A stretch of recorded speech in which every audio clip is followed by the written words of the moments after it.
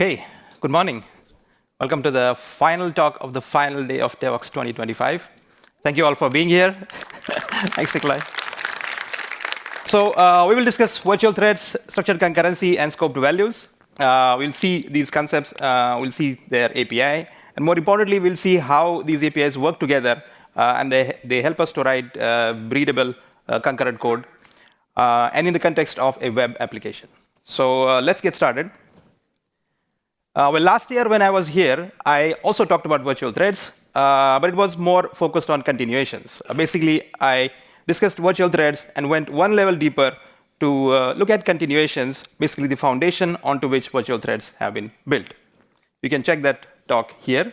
But this year, I wanted to go one level higher and talk about constructs that we can create by using virtual threads as their foundation. And I'm going to actually ask the same questions that I asked last year. So please raise your hand if you're using Java 21 or higher in your applications. Doesn't have to be production. OK, that's like 25%. Okay. And all the people who raise their hands have the possibility to use virtual threads in production or in your applications without using the preview flag. So please, again, raise your hand if you're using virtual threads in your applications. Okay, that's, let's say, 10%. That's really less, but could be more. Thanks for participating in my quick survey. So let's get started. But quick intro about me. My name is Balkrishna. I work for ING Bank. OK, let's start with Project Loom. So it is an important project at OpenJDK. And the purpose of Project Loom is to provide high-throughput, lightweight concurrency, one which is also easy to use. And it does so by providing these three features: virtual threads, structured concurrency, and scoped values. And in this talk, we're going to go through each one of those. We'll discuss them, discuss the API, and we'll try to use them in our web application one by one. OK, so let's start with virtual threads. Now, what we see here is an instance of JVM, which is running on some operating system. And JVM has a bunch of virtual threads. It also has some platform threads, and OS has some OS threads or kernel threads. Now, let's start with platform threads. So platform threads are actually a thin wrapper over operating system threads. Now, what does that mean? When JVM wants to create a platform thread, it requests OS to create this OS thread, and only when that thread can be created, it creates the instance of platform thread. And because of that, these threads map to the OS threads with this one-to-one mapping. Now, creating a platform thread is a resource-intensive task, so you don't want to do that too often. When you're done with the platform thread, you don't throw it away. You put it in a pool so that next time when you need it, you can get it from the pool. And therefore, platform threads need thread pools. Now, virtual threads, on the other hand, are lightweight user threads. Lightweight meaning they require significantly less memory. And because of that, you can create them in abundance. You can create them in thousands or even millions of virtual threads. And that makes them highly scalable. There's actually one more thing that makes them highly scalable. We'll see that on the next slide. And another thing to notice about virtual threads is that they don't require pooling, because creating a virtual thread is a cheap operation. When you're done with the virtual thread, you just throw it away, meaning you just let it garbage collect. And the next time when you need it, you can create a new one. In fact, pooling virtual threads is an anti-pattern. You don't want to do that. Now, what we see here in the picture is that some of the virtual threads are connected to platform threads. Why is that? It is because a virtual thread on its own cannot execute anything. It really requires a platform thread to execute something. But then what about these other virtual threads which are not connected to any of the platform threads? Well, for that, we have virtual thread scheduler. So what this is actually a scheduler which is newly introduced along with virtual threads. And what it does is it mounts a virtual thread onto a platform thread when a virtual thread requires platform thread, and it unmounts it when it does not require platform thread. Now, what would be scenarios where a virtual thread would not require platform thread? It is when a virtual thread is waiting for something. Let's say it is waiting for a network resource to be available or a database to return something. In all these cases, virtual thread does not require processing. It does not do anything. So it gets unmounted from the platform thread. And therefore, let's say your platform threads are then free to have any other virtual thread mounted on them. Now, in a typical I/O-bound application, threads spend a lot of time waiting, a significant amount of time waiting. And all of that waiting can be avoided if we use virtual threads, meaning only your virtual threads would be waiting, but not the platform threads, and therefore CPU would be highly efficiently utilized. And that is actually the main reason why virtual threads provide high scalability. Now, in this entire endeavor of mounting and unmounting, some of the platform threads are carrying virtual threads. Therefore, they are also known as carrier threads. OK, that's a lot of theory. Let's see some action. Let's create some virtual threads. For that, we're going to create a very simple web app, and then we're going to add virtual threads to it. And for this, I have used Spring Boot as my framework, specifically Spring Boot 3.5, and I'm using JDK 25. And I'm going to use a domain which is close to me, banking. And I'm really good with names, so I'm going to call my bank a bank. So let's get started. Let's see how we can do that. So here in my IntelliJ project, I have this Maven project called Spring Boot Loom, and it has two Maven modules, a bank and services. Both of these are Spring Boot apps. Services is the one which contains some services, which I'm going to use in my A-Bank application. So for this first demo, I'm not going to use anything banking related. I'm just going to create a simple controller called as hello controller. And I hope the font is big enough. I hope you can see it in the back, or shall I increase? OK, I get some thumbs up, so I'm just going to go ahead. Thank you. So this hello controller is a REST controller, and it has a method public string called hello, and it just simply says hello. OK, and this is available to us as a, let's say, get endpoint called, I should add a here for the REST controller, called hello. So now let me start this application, and they send a request to it, localhost. Let's check the endpoint or the port where it is present. For that, I'm just going to use application properties file, and I see it is on 8082, and then say hello. Now, if I do that, I should get hello back if everything is working fine, and I do get that. OK, our server is working fine. It is serving our request, but let's check which thread it is using, what kind of threads it is using. For that, I'm just going to add here from thread.current thread. So I should know which thread is being used to serve my requests. Let's check that. If I send the request again, I see that it is being served from thread, basically platform threads. So our server is creating a platform thread every time I send a request, and my request is processed by that platform thread. Now, how can I change to virtual threads? Now, if you are using Spring Boot, it's actually quite easy. You can just go to the application properties and add a property called spring.threads.virtual.enabled and set it to true. Now, if I do that and restart my application, I can send the request again, and then I see that it is coming from a virtual thread. So basically, this Tomcat handler 0 is a virtual thread. And now my server is creating virtual threads to process my requests. So with this simple flag, we have transformed our application from using platform threads to virtual threads. So now Spring Boot is using a virtual thread executor to create new virtual threads and service my requests. Now, this is a simple flag, but we have transformed the application. And what can we do with it? We can do actually many things. And one of them is use structured concurrency. So that is what we will discuss in this section. So we'll look at structured concurrency, what it is, and we'll look at its API. So let's first start with the fact that virtual threads enable structured concurrency. How? Well, with platform threads, we have the limitation that we cannot create too many of them. Right? So what we do is we create a few platform threads and use them very efficiently. Effectively, we view a platform thread as a representation of a process, and then we submit multiple tasks to it. But that limitation is not there with virtual threads. So with virtual threads, we can create them in large numbers. So we can actually create a virtual thread for every task that we have. And the advantage of doing that is that then we can structure these tasks, then we can structure these virtual threads in such a way that it reflects our business requirements in the most logical way. Oh, I should have closed my Teams, but it's OK. And then by structuring these tasks in the most logical way, we get readability in our programs. And that is what structured concurrency is. And that's how virtual threads enable structured concurrency. In fact, the term structured concurrency is inspired from the term structured programming. The way structured programming enables us to write readable programs, structured concurrency enables us to write readable concurrent programs. And let's take a look at a few examples. So here we have a main task, which is creating 3 subtasks. And when all these tasks are finished, we are continuing with the main task. In another example here, again, we are starting 3 subtasks, but you're not waiting for all of them to finish. As soon as one task finishes, we continue with the main task.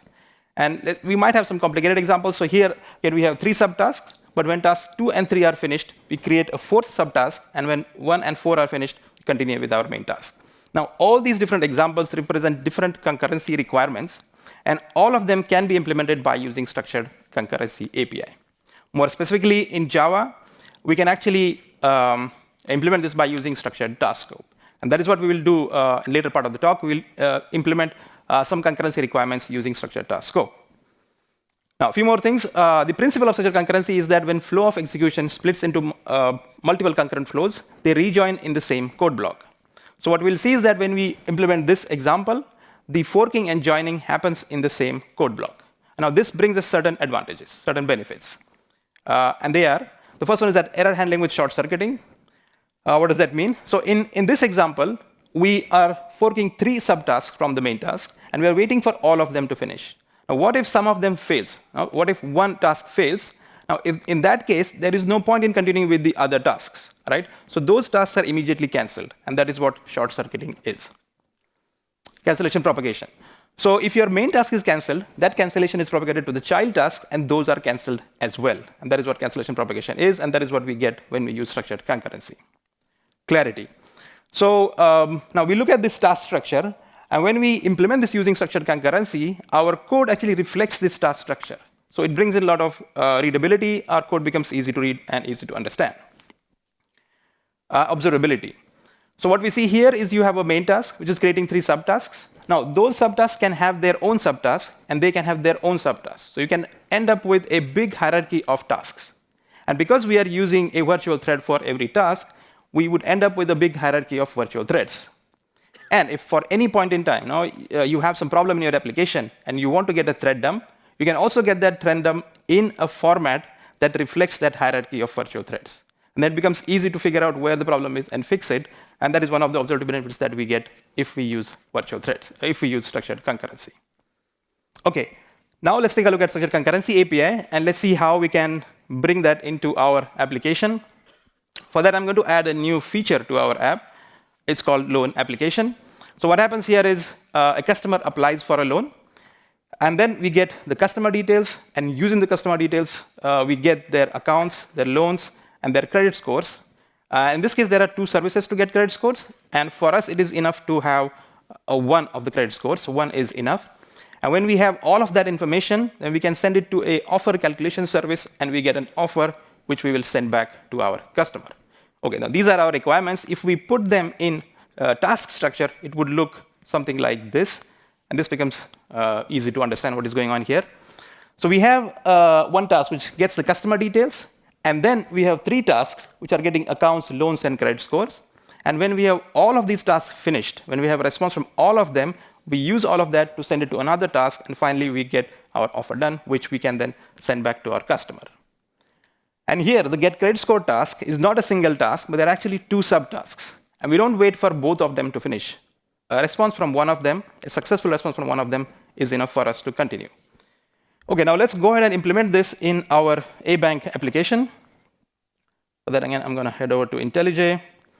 And I'm going to create a new controller. But before that, let me quickly show you what is happening with this services app. So here also, we have a customer controller.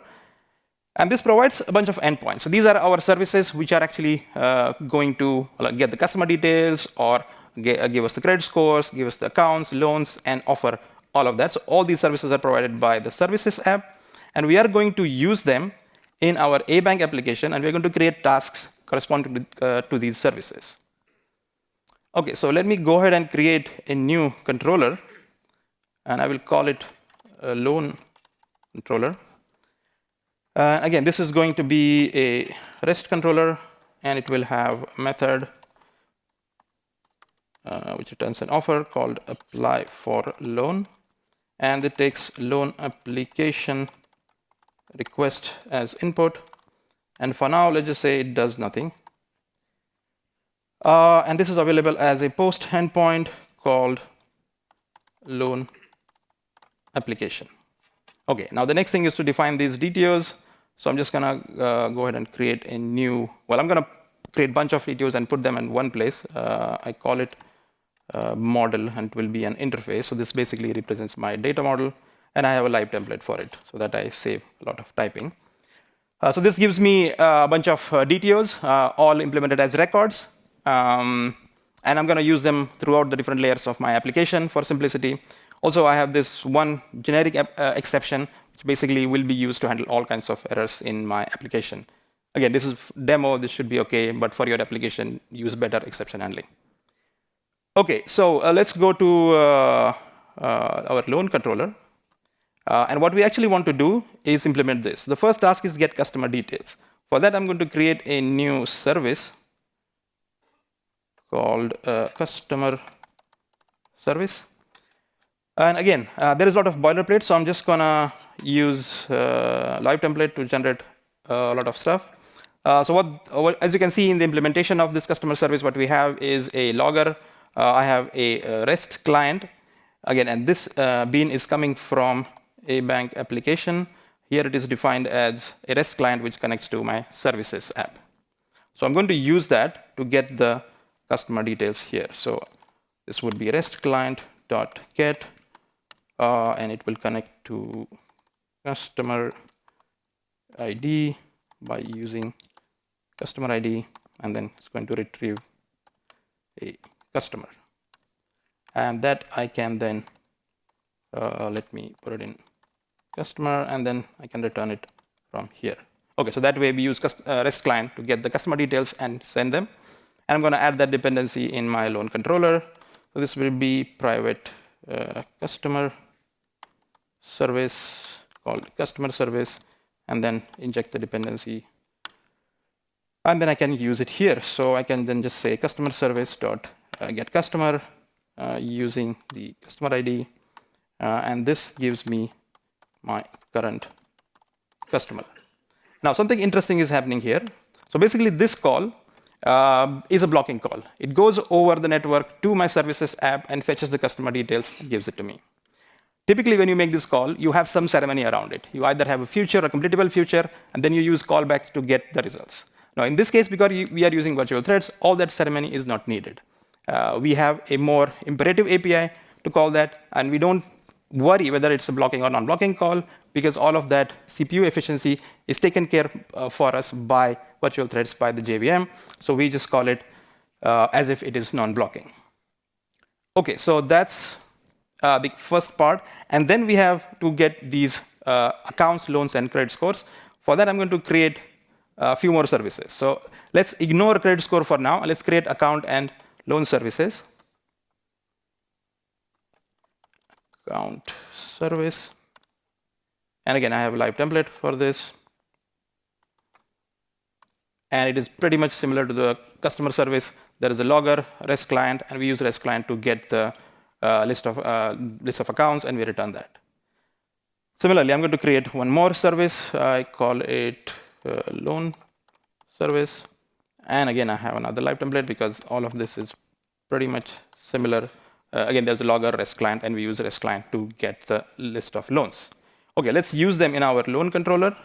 So add both of these dependencies. So first one would be account service called account service, and then there would be loan service called loan service. Inject the dependencies. It's easier to regenerate the constructor, so I'm just going to do that. And then I'm going to use them over here, and we want both of them. So we want the account service to give us the account details using the current customer, and we want the loan service to give the loans details using the current customer.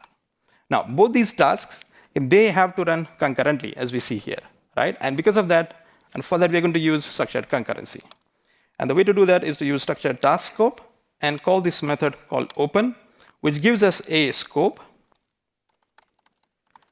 And this structured task scope is auto-closable. So let's put it in try with resources. So it takes care of calling the close method when we are done with it. And now we can use this scope to fork subtasks.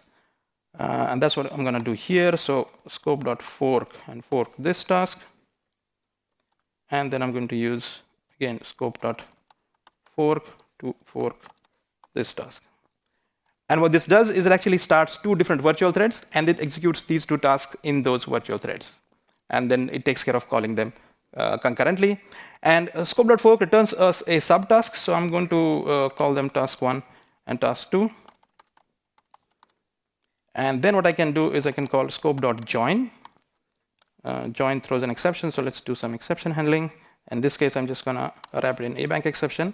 And what join does, it actually joins these 2 subtasks. So it waits for both of them to finish.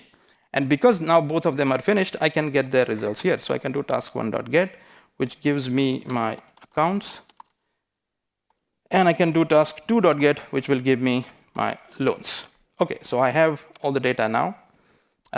So let's take a quick moment to see what we did with structured task scope. So we use structured concurrency API to execute tasks concurrently. And the way to do that is to basically, it's a 4-step process. Step 1 is to create the scope. Step 2 is to fork subtask. Step 3 is join them. And step 4 is to get the results. And you see that pattern repeating every time you use structured concurrency or structured task scope API. OK, so now that these 2 tasks are done, let's now implement the credit score service to get the credit scores. So I'm going to create another service, credit score service. And again, I will use live template, credit score service. It's pretty similar, logger, REST client, and this uses REST client to get the credit score. Now, I actually have 2 tasks to do that, so I'm going to call this method twice. First, to get credit score 1 for the customer, and then I'm going to use it to call credit score 2. Right? So now, both these tasks, again, have to run concurrently. So we are going to use structured concurrency, and we're going to do exactly the same thing as we did in the loan controller. Try with resources. We create a scope using structured task scope. Structured task scope dot open, and then we fork the subtasks here. So we use scope.fork, and we fork both of these tasks. OK, and then we can do scope.join, basically the same thing as in loan controller, exception handling to a bank exception. OK, so we did exactly the same thing as we did in loan controller, so it will do exactly the same thing as it did there. So it is going to, at this point of join, it is going to wait for both of these tasks to finish. But that is not what we want, right? We want to get the results of the first one that finishes the fastest. And the way to do that is pass a joiner here.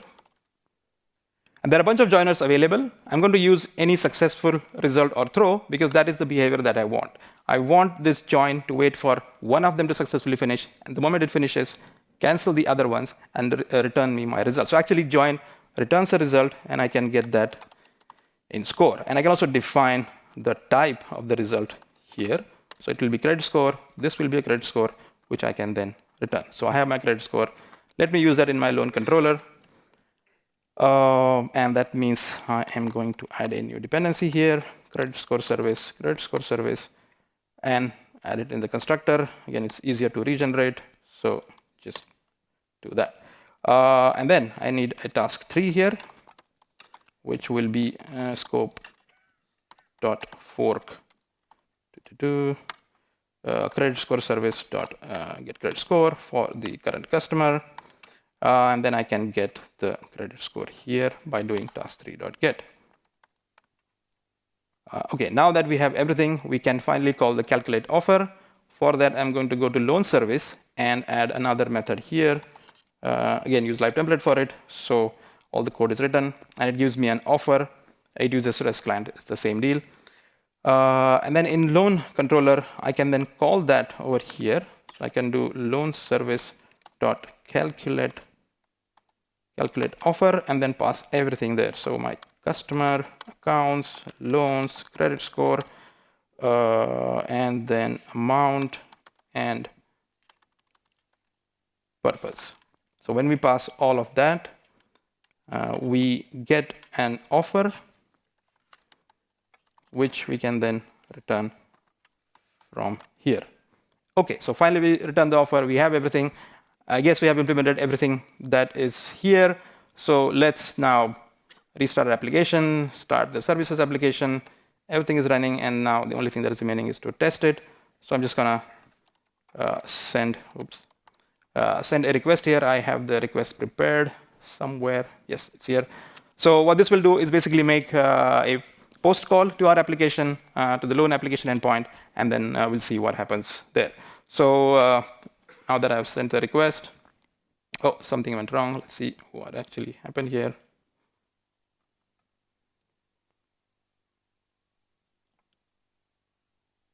Okay, that's interesting. Maybe the services application is not running.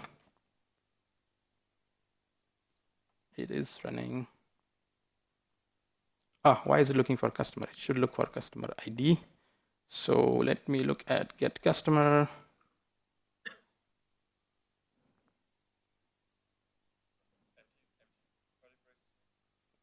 Yeah. It doesn't matter, I guess, but let me restart my bank application.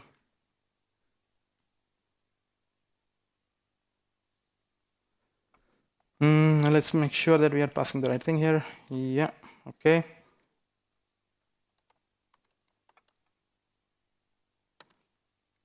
Send request. Let's see what's happening here.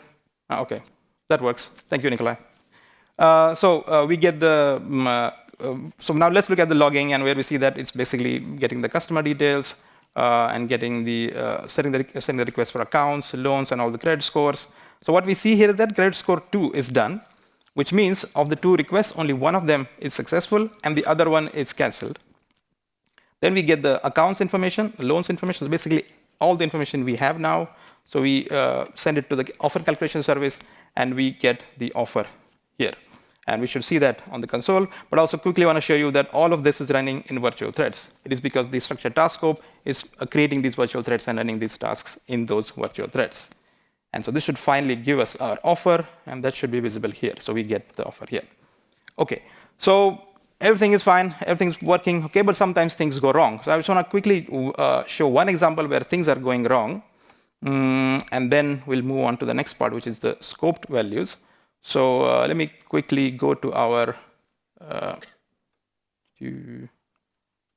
customer controller, and then let's say our account service throws an exception. So throw new runtime exception saying error. OK, so our account service fails. If this fails, what that means is all of these, or there is no point in continuing with the other services, right? So they will also be canceled if they are still running. So let's see if that is how it works. We have a bank application. We need to just restart the services application. And then let's send the request again. And let's look at the logs, what is happening. In the logs, we see something went wrong, which is good, because that's what we expected. And the thing that went wrong is basically to runtime exception in the customer controller. So in a bank, we see that it's basically the accounts service that has failed. So we should see that in our console here. Well, the error could be nicer, but what we see is that basically, because you're in such a concurrency, it basically does the cancellation of other tasks. So let me switch this back to a happy scenario, and let's quickly summarize what we did so far. So we use the structured concurrency API at 2 places, once in loan controller, and then also in credit score services. So in both the places, we did the same thing. We followed this 4-step approach. Step 1 is to create the scope. Step 2 is to fork subtasks. Step 3 is to join them, and step 4 is to get the results. But optionally, you can also pass a joiner to your open method, like we did in the credit score service, to have a different behavior of joining. And this example specifically, we saw 3 benefits of using structured concurrency. The first benefit is clarity, because this implementation resembles a lot with our task structure. Now, I have another implementation which uses completable future. So let me quickly go there and show you. And if you use completable future, I mean, one thing is that it takes over your application. It appears all over your application, all the method signatures. Also, you use these callbacks, which make it less readable. Although you can make things out what is going on here, but it's better, or it's easier to read if you use imperative API like structured concurrency API. So that's one benefit. The second benefit that we saw is that when this task failed, the account details task failed, it basically canceled the other tasks as well, right? So that is the short-circuiting part. And when credit score got canceled, it propagated that cancellation to its child task. So we also saw the cancellation propagation in action. I'm going to share the link to the source code so you can try different errors out. And if there is more time at the end, we can also check the other error scenarios. But OK, let's move on to the next bit, which is scoped values. Scoped values are actually a better alternative to ThreadLocals. So let's discuss about ThreadLocals briefly. And then we'll discuss about scoped values. So if you use a variable of type ThreadLocal in your application, what it does is it creates a copy of that object for every thread. And there are certain uses of using ThreadLocal. For example, to store requests or such and specific data. So if your server is operating in thread per request model, you can use ThreadLocals to store requests or such and specific data. Also, we can use it for resource management of non-thread safe objects. So if you have a class which is not thread safe, you can actually create an object of that class, wrap it in a ThreadLocal, so every thread gets its own copy, and then you don't have these issues of the class being not thread safe. Also, you can use it for caching, a very specific kind of caching. So if you want cache for your thread, so only scoped for that thread, then you can use ThreadLocal to store all that cache because it's easy to access that ThreadLocal from anywhere in that thread, and also easy to invalidate that cache. I can also use it for observability. So, for example, correlation ID. So correlation ID is something that is unique for an entire, a chain of calls if you're operating in microservices architecture. And then in that case, it is easy to hold that correlation ID in a ThreadLocal. So basically, all the requests that you are making from that request would have the same correlation ID. Again, assuming you're operating in thread per request model. So ThreadLocals has quite a lot of uses. And we can use ThreadLocals with virtual threads as we use them with platform threads. So virtual threads support ThreadLocals, and they would work the same way as we have known them. But there are certain issues with ThreadLocals. One is that it has unconstrained mutability. So ThreadLocal has these methods get and set, and you can use them from anywhere in your thread. And because of that, well, in general, mutability tends to be error-prone. And you can imagine that when you have an object that you can just change anywhere in your thread, you could run into these issues as well. Unbounded lifetime. So ThreadLocal has this method called remove, and you're supposed to call that method when you're done using the ThreadLocal object. But developers often tend to forget calling that, and therefore sometimes when you get a thread from the thread pool, it has a ThreadLocal with some value, and you're surprised why is it there. Sometimes it can take your application in an inconsistent state as well. So the unbounded lifetime of ThreadLocal can run into some issues as well. Expensive inheritance, especially with the inheritable ThreadLocal. So ThreadLocals are not inheritable on their own. But if you use inheritable ThreadLocals, they get inherited to the child threads. Now, this is useful normally. But if you use them with virtual threads, where you can have a large number of threads, let's say you create like 1,000 virtual threads, and use inheritable ThreadLocal, it would get copied 1,000 times. So it would use quite a lot of memory. And you want to avoid that. Now, all these problems are solved with scoped values. So scoped values, by nature, are immutable. So all the unconstrained mutability problems are not there. Also, all allowed threads use the same copy. And therefore, you don't create multiple copies, and you don't have these issues of occupying a lot of memory.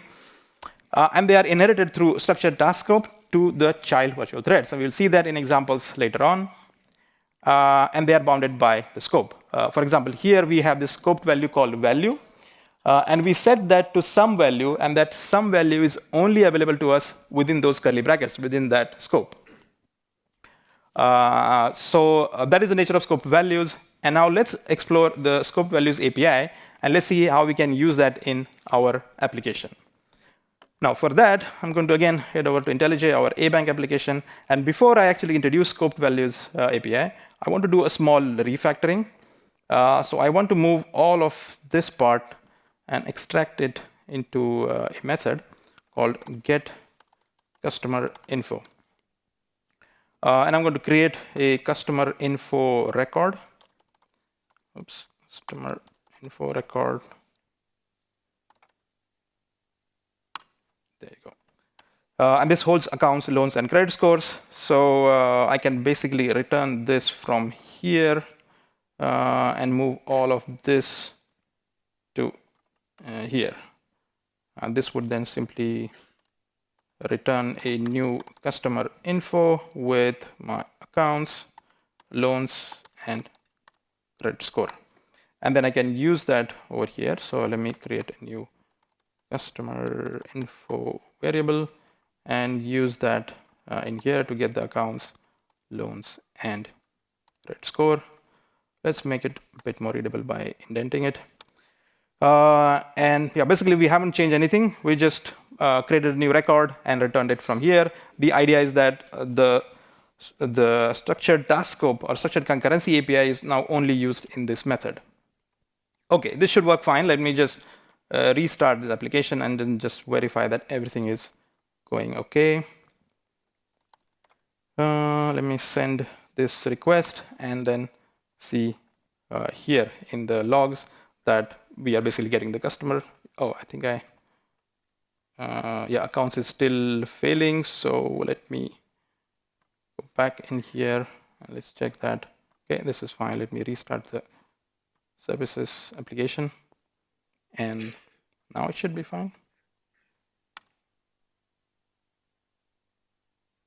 So let's go to the logs for a bank application and then see that, yeah, it is getting the customer details, credit scores, accounts, and it's getting the loan offer as well. So we should see an offer here. So everything is working fine now. But that is, and we are able to trace what is going on because we are just sending one request and checking what is going on. So what if there are multiple requests? So let's just say we have request 1, request 2, and request 3. And now if you look at the logs, it would be very hard to see what is going on in each request because they are all being processed and we have no way to identify a particular request. So what we're going to do now is we're going to introduce a new feature which will allow us to identify these requests. We'll call it request ID. And we will set that over here, request ID. And it's pretty easy to just get a random UUID and set it to our request ID. And then I can pass that, for example, to here so that I can log it. So let me add a second parameter to this method. Then I can use this request ID and log it over here. So I know what is going on or which request is logging these statements. Now, this is fine and this is OK. This would work. But the problem here is that I need to change all my methods to have this UUID. And I might, in future, add more things. And then all of them get added to my method signatures. And the whole application then becomes quite unreadable. And quite a lot of noise gets introduced. Well, luckily, our application is operating in thread per request model. So I could actually put this request ID in ThreadLocal. But well, why use ThreadLocals when you can use scoped values? Let me introduce scoped value and put this request ID in a scoped value. For that, I'm going to add a new class here called request context and add a scope value here. It would be public static final scoped value of type UUID called request ID, and this would be scoped value dimension. So I can just initialize it already here, and I can set this value from my loan controller using the request ID. So I'm just going to do scoped value dot where request context dot request ID is set to this request ID, and then just call this thing. And then all of that can be wrapped inside this lambda, and I can return the offer from here. And this way, then I don't need to pass this request ID to here. I don't need to have this parameter, and I can get the request ID from request context dot request ID dot get. Again, so this way we can use scope values and eliminate all that noise that we introduced. Now doing this is fine. We can put it in the request context and get it here. But we might need to do error handling everywhere. So what I like to do is go one step further and make this a private field. and basically introduce a couple of methods here. So let me again use live template to generate those, and I will share the link to the source code so you can take a look at the code. But what this essentially is doing is it is limiting the use of scoped values API to only this class, and it exposes a domain-friendly API outside. So now in my loan controller, instead of using scoped value, I can simply do request context dot with request ID and set the request ID. And in my customer service, I can simply do request context dot get request ID, and then I can use that in my logging statements. So I'm just going to go ahead and do that for all other services. So let me go ahead with the account service first. So here, get the request ID from the request context. And let me copy this, and I want to just log it at these two places. Request ID, and do the same thing in loan service. And here I want to do that at two places. So get the request ID here and here, and log it here, here, here, and here. Again, with IntelliJ, things are pretty fast. Otherwise, I have to type all of that. So let's go to the last service, which is credit score service. And here, again, get the request ID. Request ID would be request context dot get request ID, and then type it here and here. Here and here. Request ID. There we go. So all the changes are done, and now I can restart my bank application. And now let's again make the 3 requests and then see if we can figure out what is going on in each of these requests. So this is my first request, second request, third request, and I go back to my logs, bank application, and I see these IDs floating around.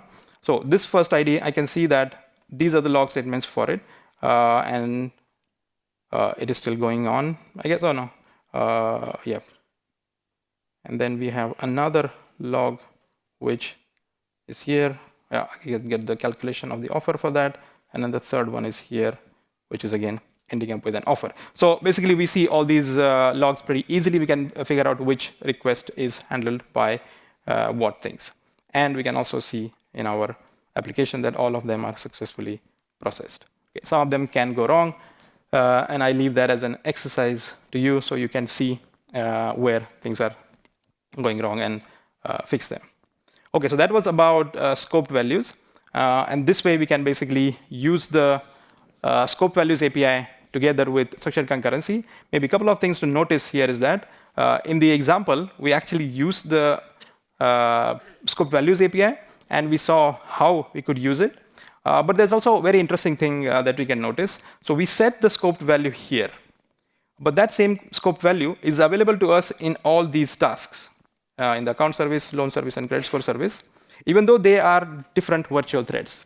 And it is possible because of the structured task scope. So what it does is it allows us to basically access the scoped values in the inherited in the child threads.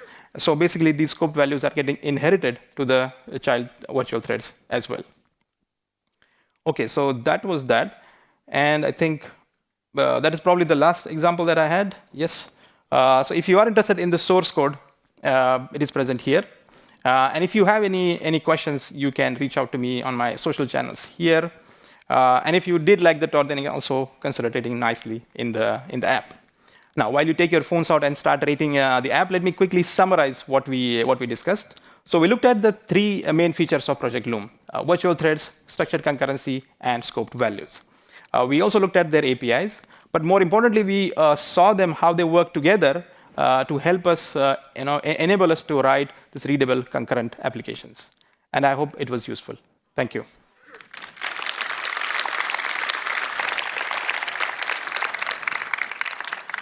If you have questions, I prefer you ask them afterwards. Thanks.